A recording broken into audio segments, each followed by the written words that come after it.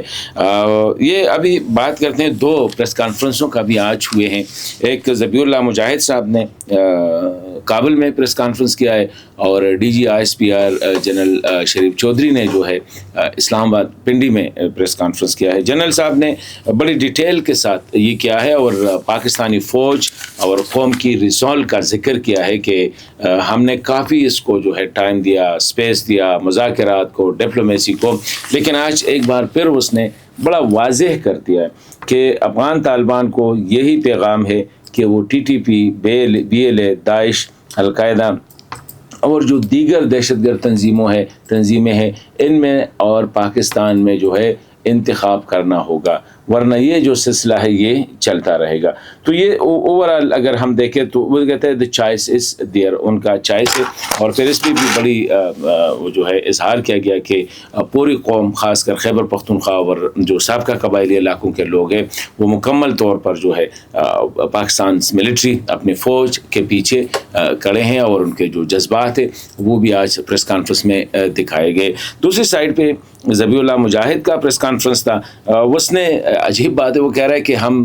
کابل پہ کچھ ہوا تو ہم اسلام آباد میں جواب دیں گے۔ کابل پہ تو ملٹری ہیڈ کوارٹر کو ہیڈ کیا گیا، کندہار میں ہیڈ کیا گیا، ننگرہار میں ہیڈ کیا گیا، خوست میں ہیڈ کیا گیا ہے، تو یہ کہتے ہیں جواب ہم اسلام آباد میں دیں گے۔ ابھی اچھی بات ہے اگر جواب اسلام آباد میں ٹیبل ٹاکس پہ ہوگا تو اچھی بات ہے، ورنہ اگر یہ اس طرح کہتے ہیں کہ 1-2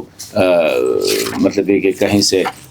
دہشت گردوں کے ساتھ مل کر، کیونکہ ابھی تو ان کی پالیسی بھی یہی ہے، اور انہوں نے اعلان بھی کیا ہے کہ اب ہم سوسائڈ بمرز جو ہے یوز کریں گے، لیکن سوسائڈ بمرز کے حوالے سے ڈی جی ISPR نے بھی ایک کلیئر میسج دیا کہ پھر ہمیں بھی پتہ ہے کہ آپ کے لوگ کدھر بیٹھے ہیں، اس سے کلیئر ہے کہ پھر ہم جو ہے آپ 1 مارو گے تو آپ کے 10 مارے جائیں گے۔ پھر وہ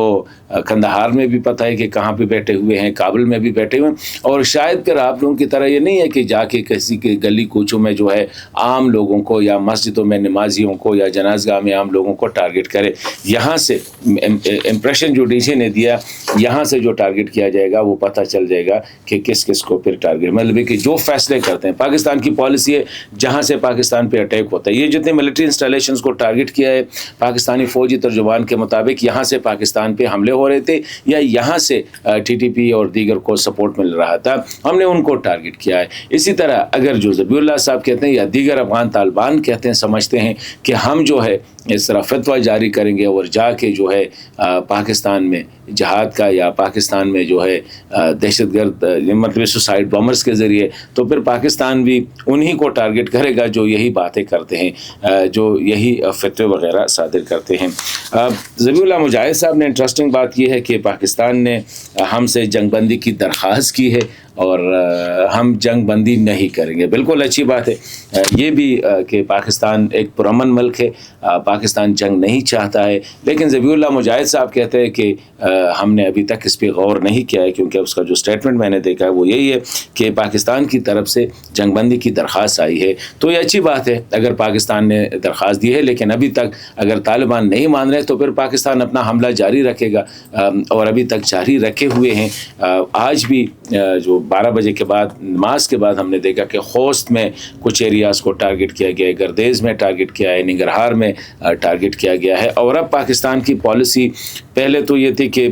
پاکستان کے ہاتھ بندھے ہوئے تھے کہ اگر پاکستان کو شک تھا کہ TTP، BLA یا دیگر جو گروپ ہے جو پاکستان سمجھتے ہیں کہ افغانستان سے زمین سے ہم پہ حملے کر رہے ہیں تو اس کو ٹارگٹ کرتے تھے۔ ابھی تو ان کو پتہ ہے کہ یہ تو طالبان کے ساتھ ہوتے ہیں، پہلے یہ ٹارگٹ نہیں کر سکتے تھے، شاید ابھی ان کو سپیس مل جائے گی۔ آخر میں یہ کہوں گا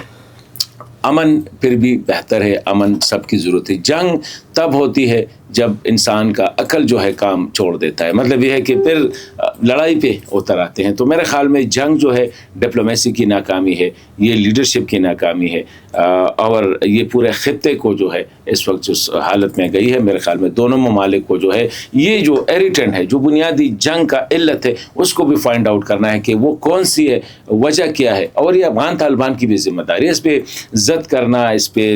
مطلب یہ ہے کہ اڑے رہنا جو ہے یہ کوئی اچھی بات نہیں ہے۔ دیکھ لے کہ وجہ کیا ہے، پاکستان کیوں ناراض ہے، پاکستانی دیکھے کہ افغان طالبان کی کیا مجبوریاں ہیں نمبر 1، اور جو ایریٹنٹ ہے تحریک طالبان پاکستان اس وقت، وہ ڈیفینیٹلی وہ بھی سوچ رہے ہوں گے کہ ہماری وجہ سے دونوں ملکوں کے درمیان جنگ چھڑ گئی ہے TTP کی وجہ سے۔ تو میں سمجھتا ہوں ان کو بھی سوچنا چاہیے کہ یہ حالات کب تک اسی طرح رہیں گے۔ ان کے گھر بار، کسی کا گھر وزیرستان میں ہے، کسی کا پشاور میں ہے، کسی کا ملکنڈ میں ہے، کسی کا سوات میں ہے، کسی کا دیر میں ہے، کسی کا شوب میں ہوگا، کسی کا چمن میں ہوگا، وہ بھی بیچارے در بدر ہے، اپنے گھروں سے دور ہے، اپنے پیاروں سے دور ہے، اور ایک ایسی لا حاصل اس میں